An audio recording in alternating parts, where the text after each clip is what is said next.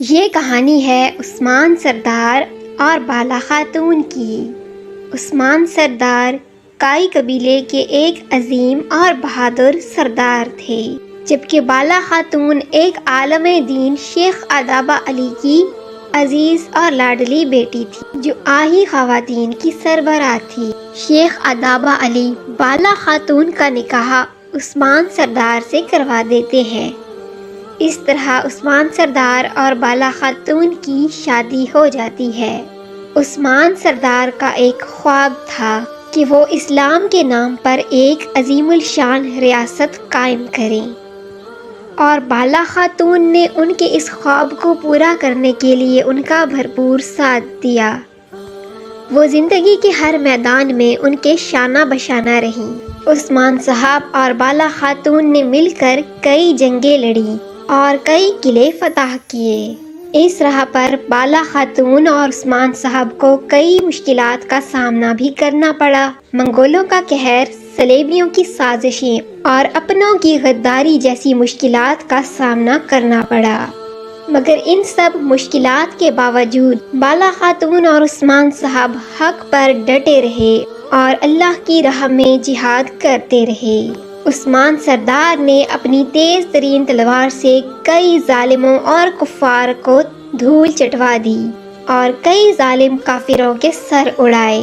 بالا خاتون قبیلے میں رہتے ہوئے کئی خواتین کی تربیت کرتی۔ کئی مشکلات سے گزرنے کے بعد عثمان سردار نے ایک عظیم ریاست قائم کی، جس میں انہوں نے اسلامی اصولوں کو نافذ کیا اور اپنی عوام کے لیے آسانیاں پیدا کی۔ ان کی ریاست میں کئی غیر مسلم بھی آباد تھے، جن کے ساتھ عثمان سردار اور بالا خاتون بہت ہی اخلاق اور ادب سے پیش آتے۔ ان غیر مسلموں کو بھی عثمان صاحب کی ریاست میں اپنی زندگی آزادی سے گزارنے کی اجازت تھی۔ بالا خاتون اور عثمان صاحب نے اپنی اولادوں کو بھی ہر مشکل حالات میں حق پر ڈٹے رہنے کی اور اللہ پر بھروسہ کرنے کی تربیت دی۔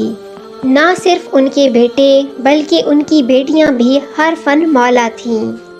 قبیلے کے امور کے ساتھ ساتھ جنگی فنون میں بھی مہارت رکھتی تھیں۔ عثمان صاحب کے بیٹوں نے بھی اپنے والدین کا بھرپور ساتھ دیا اور ان کے بیٹے ان کے دو کندھے بن گئے۔ کئی لوگوں نے عثمان صاحب اور بالا خاتون کی رحم دلی اور حسن اخلاق سے متاثر ہو کر اسلام قبول کیا۔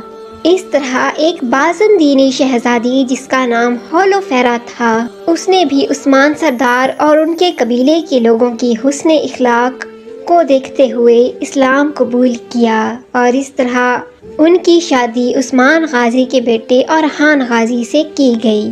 چونکہ عثمان صاحب نے اپنے راستے میں آنے والے ہر بڑے دشمن کو بڑی مہارت سے شکست دی، اس لیے دشمنوں کو لگنے لگا کہ عثمان صاحب کے پاس ایک خاص طاقت موجود ہے، جس سے وہ ہر کسی پر غالب آ جاتے ہیں، اور واقعی میں ان کے پاس ایک خاص طاقت موجود تھی جو کفار کے پاس موجود نہ تھی، اور وہ تھی ان کے ایمان کی طاقت۔ کفار کے پاس بھاری تعداد میں افواج، جدید جنگی سامان اور گھر ہونے کے باوجود بھی خیمے میں رہنے والے یہ خانہ بدوش مسلمان ان پر ہمیشہ غالب آ جاتے۔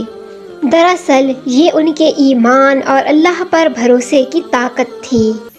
وہ میدان جنگ میں جاتے ہوئے یہی نعرہ لگاتے کہ جہاد ہمارا اور فتح اللہ کی، اور اسی نعرے کی تاثیر سے ہی انہوں نے متحد ہو کر عظیم رومی ریاست قسطن دنیا کو فتح کیا اور ایک عظیم الشان ریاست قائم کی، جس میں اللہ کے قوانین نافذ کیے گئے۔ یہ مسلمانوں کی ایک عظیم الشان ریاست تھی، اور وہ دور مسلمانوں کا سنہرا دور سمجھا جاتا تھا۔ اللہ کی مدد اور بزرگوں کی دعاؤں سے یہ عظیم الشان ریاست کئی سال تک قائم رہی، اور اس ریاست میں کئی سلطان پیدا ہوئے، اور یہ ریاست آج تک موجود ہے، جس کو ترکی میں ہم استنبول کے نام سے جانتے ہیں۔ یہ ناقابل تسخیر موٹی پتھریلی دیواریں، جن کو فتح کرنے کا کبھی کوئی سوچ بھی نہیں سکتا تھا، عثمان غازی کی ہی نسل سے ایک عظیم سلطان محمد فاتح نے اپنی افواج کے ساتھ مل کر فتح کیا اور پورا قسطنطنیہ اس دن اللہ اکبر کی صداؤں سے گونج اٹھا۔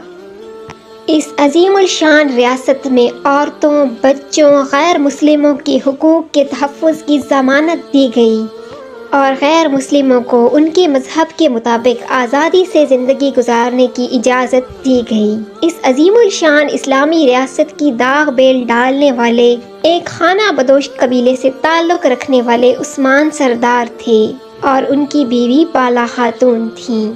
بالا خاتون اور عثمان صاحب کی بہادری کی داستانیں آج تک سنائی جاتی ہیں اور انہیں ہمیشہ یاد رکھا جائے گا۔ اللہ تعالیٰ سے دعا ہے کہ جس طرح ماضی میں ہمارے آباء و اجداد نے شاندار فتوحات حاصل کیں، ہمیں بھی اللہ تعالیٰ ان کی راہ پر عمل پیرا ہونے کی توفیق دے اور دین اسلام پر مکمل عمل کرنے کی توفیق دے، آمین۔ اگر آپ کو ویڈیو اچھی لگی ہے تو ویڈیو کو لائک لازمی کریں، شکریہ۔